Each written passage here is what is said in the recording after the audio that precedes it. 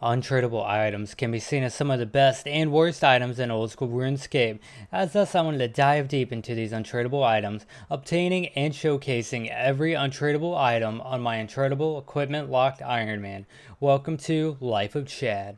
Last time on the Untradable Locked Ironman Life of Chad, we traded clothes with the slaves so we could experience the Underground Railroad.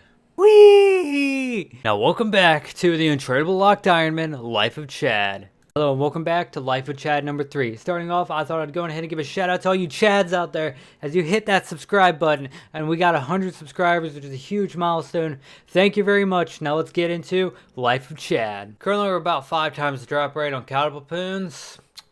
Let you know when there's an update. We just got our 54 wizard points and we got our broccoli talisman as well as a medium clue that we're just going to drop because we're not going to be able to do it. Coming back to catapults, we killed 1 coming back and then we got our skull scepter piece. Yay! Now going to Anku's, it took about 10 kills to get our final piece. We ended up creating our skull scepter and then we were about to get it imbued, but first we had to search the crate of life for our boots. The boots. A very important decision an adventurer must decide upon when searching the cradle of life to obtain that sweet 10,000 gold pieces. When searching the cradle of life, one must decide between 2 boots. The Fruity Rainbow Mega Chad boots or the Epic Buff Chad Fighting boots.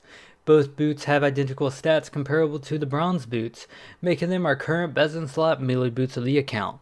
After obtaining the boots, we ended up imbuing the Skull Scepter, making the Skull Scepter I. The Skull Scepter, obtained by combining all 4 pieces of the Scepter, Skull Scepter provides the best magic attack bonus of any free-to-play staff in the game, with plus 10 magic attack bonus, which is identical to that of an elemental battle staff. The Skull Scepter can be used to auto-cast Crumble Undead and combat spells found in the Arceus spellbook, but sadly not regular spells. Siding away from combat, the Skull Scepter can also be used to teleport to the Stronghold of Security up to the amount of charges held in the staff, making the Skull Scepter our best in slot staff for magic attack bonus, surpassing the Cursed Goblin staff.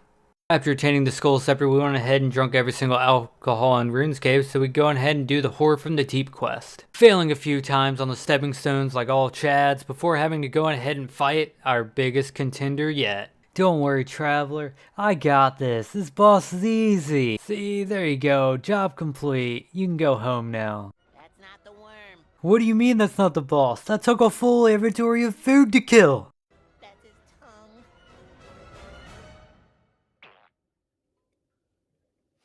tongue. Oh. So that was just its baby. And this is the mother. Run for your life! Alright, now that we're done playing around, we ended up killing the Dagonoth mother. It wasn't actually too difficult. We did have to make a second trip, and we kind of did die because we didn't save spot it properly, but that's okay. We ended up getting 4,662 strength, range, and magic XP, as well as the damage book, which we will discuss once we attain it from Josic. Going upstairs to talk to the Chad himself, Josic, we go ahead and tell him that the book is Zamrak, and he ends up giving us the damaged book. The damage book is a book held in the shield slot that can be attained from Josic after completing Horror from the Deep. Additional books can be purchased from Josic for 5,000 coins each. Each damage book has the same stats in its damage form, which is a plus 5 prayer bonus, but upon filling out each book with its respective pages, obtained from the treasure trails will net different bonuses depending on the finished book. The damage book is going to be our main offhand item at the moment, as this item has no negative bonuses, and prayer bonuses are always nice to have on this account as they are hard to come by. Moving over, we decided to go ahead and train some range on the goblins, and we obtained an easy clue, and we're about ready to finish that up, and we're about ready to dig here. Ooh, badoodle, and ooh, we just got some bare feet! Finishing up the final range level for animal magnetism, and there we go, we just hit level 30 ranged.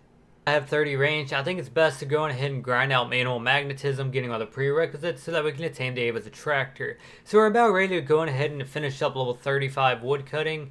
And this last wood cutting log real quick. There we go. We got 35 wood cutting and we're going to go ahead and finish up 19 crafting as well. Finishing up our last 2 leather chaps for 19 crafting, and there we go, 19 crafting. Now all we have to do is do some quests and get that mithril axe so that we can do animal magnetism. First quest down, which is Ernest the Chicken, and since I know you guys love watching cock, I'm gonna let you go ahead and watch this. Oh yeah, that's hot. Bye Ghost, have a beautiful time. And there we go, the rest of this ghost is now complete. Now the grind that took way too long to obtain, which is the mithril axe, because I thought I wanted to obtain it differently than most people. Yeah. Well, what a great idea. We're about ready to get 28 thieving real quick, and there we go. We just got 28 thieving right there. And the reason why we wanted 28 thieving is so that we could thieve the Soul Isle chest released during Soul Wars. Now this chest has a possibility of obtaining the mithril axe, so instead of having to do combat to get it, you can just thieve the chest to do it. And I thought I wanted to do something different, so this is what we're going to be doing. Alright, so yeah, turns out you can't really thieve this chest without low of a thieving level, unless you want to fail like 25 times in a row, and then you'll get one. But the problem is, I would sadly just click this as many times as possible, but sadly, you'll get teleported out after like a random amount of failed attempts.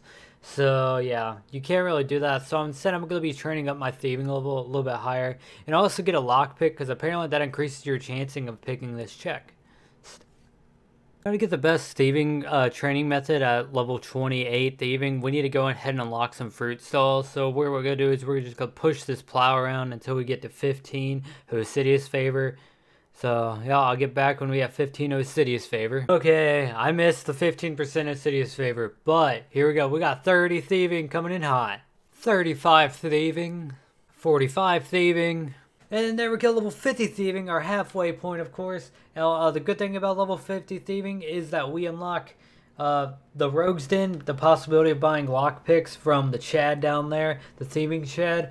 And then also we can buy the Rogue's outfit if we decided to do that minigame, which we might do in the future as it doubles our the amount of loot you get when pickpocketing. Alright, so bringing back to the chest, it wasn't too bad. It only took us one inventory and we ended up getting the mithril axe as well as a couple diamonds, some rubies, and some herbs. You know, just gonna go ahead and teleport out to Varrock, and then we can go on ahead and go get the rest of the stats needed in order to complete the animal magnetism quest. Alright, since I knew I was already gonna have to go to Canifis, I went on ahead and started Ghost Ahoy. And the cool thing about Ghost Ahoy is you unlock this bedsheet from talking to this guy. And then you can dye the bedsheet with a bucket of slime to get another green bedsheet, which is pretty cool. The bedsheet, a head slot untradable item obtained from the innkeeper of Port Phantasm during the Ghost Ahoy quest, as he wants it to be given to Robin Hood to replace his bedsheets. Although it is brown when received, it can be changed to a light green color by covering an ectoplasm, making it the ectoplasm covered bedsheet, which you do during the Ghost Ahoy quest. When worn, the bedsheet makes the player resemble a classic bedsheet ghost, and the bedsheet is not wearable in any other place other than Port Phantasm. And attempting to do so will result in a message stating, "I'll only wear the bedsheet inside Port Phantasm." And the one cool fun fact about this bedsheet is it has no stats, and it is impossible to charter a ship while players are carrying a bedsheet for whatever reason. Ooh, spooky Chad. Finishing up Ghost Ahoy now, and we just get 2400 prayer experience. Now the great thing about this is will get us up to level 24 prayer, and we unlock the Ecto file, which is a one-click teleport to Canifis, which is great. Now the great thing about this, where that means we're 7 levels away from completing animal magnetism, as we need 31 prayer in order to make a holy amulet. Alright, so we're about ready to finish up level 31 prayer by burying these last 2 bones, and there we go, we just got a level 31 prayer. That means we can finally get this unstrung amulet blessed into a holy amulet so we can get this quest completed. Okay, and then there we go, we're going to rub our shiny buttons on the map to create the container. We talk to Ava, and quest complete, and then we unlock the Ava's device, or the Ava's accumulator right now. The Ava's attractor, equipable in the cape slot, is awarded to players after the completion of animal magnetism. The accumulator's main use is picking up a player's range ammunition after they fire it, having a breakdown of 20% broken on impact, 20% dropped on floor, and a 60% recovery rate. The accumulator has another semi-useful feature, which can attract an assortment of items such as arrows, bolts, darts, knives, and iron ore. One key note for the Ava's devices is that they do not work when a metal torso is worn, as this will cause interference. Since the Ava's devices can pick up range ammunition, they are almost always considered the best in slot cape item for range, thus making this our pretty much permanent best in slot range cape slot item on the account. Alright, now that we ended up getting the Ava's attractor, we're just going to go on ahead and camp out swamp crabs. Now the reason why we're camping out swamp crabs is because they have a regular defense of 50 and a negative 55 range defense. thus meaning they're not too bad to actually train on, and there's not going to be any competition because nobody ever kills swamp crabs. On top of this, look at our sexy Chad armor over there. We got the fighting boots, which we're actually going to take off as they provide a negative range bonus. I didn't realize that till later. But then we also got the graceful legs. We got the Khazard helmet and plate body, as they do not interfere, but they are out of Ava's device, and they have some defense bonuses. We also got the blue rat crossbow, as the blue rat crossbow and blue rat bolts is our best in slot untradables for the time being. And we got the holy book. Now, if you guys have any other suggestions for any gear that would be great for range training, apart from Void, as I did some research on Void, and it looks like it will only take off like 1 or 2 hours for like training, so it's not really worthwhile right now. Maybe like once I hit 70 range it will be, but currently no. I'm thinking about obtaining the Khazard armor, or not the Khazard armor, the Shazian, as it does have some range bonuses, and it's not too terribly difficult to obtain. Just let me know if you have any suggestions for anything. Currently, the goal on the account is to get a magic short but imbued once we hit 50 range, and get the ice arrows and train it that way.